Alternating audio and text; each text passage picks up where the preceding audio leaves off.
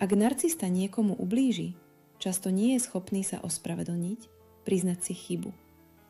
Radšej stratí daného človeka a preorientuje sa inde. Rovnako odchádza aj vtedy, keď ho niekto prekukne.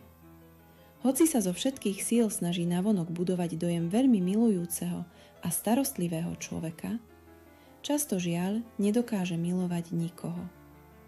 Nepociťuje empatiu voči utrpeniu druhých, pretože v skutočnosti nedokáže mať rád ani seba, hoci to tak vôbec nevyzerá.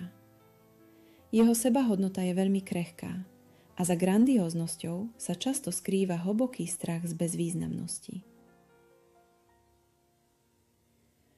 Ako sa chrániť pred takýmto človekom, na ktorého nezaberá žiadne vysvetľovanie ani dokazovanie? Je potrebné si uvedomiť, že grandiózny narcizmus sa neživí pravdou. Živí sa reakciou. To, čo mu berie silu, sú jasné hranice, pokoj a minimálna emočná odozva. Keď mu prestaneš dodávať obdiv, hnev alebo obhajovanie, stráca kontrolu. Ale to, čo je pre teba najdôležitejšie, je tento fakt.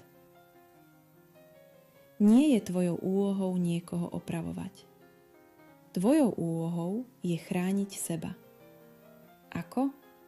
Jasnými hranicami alebo odchodom. Dôležité je nenechať sa vtiahnuť do jeho manipulácií a ukázať, že toto správanie už na teba neplatí. Pri každom takomto pokuse je potrebné sa odpojiť.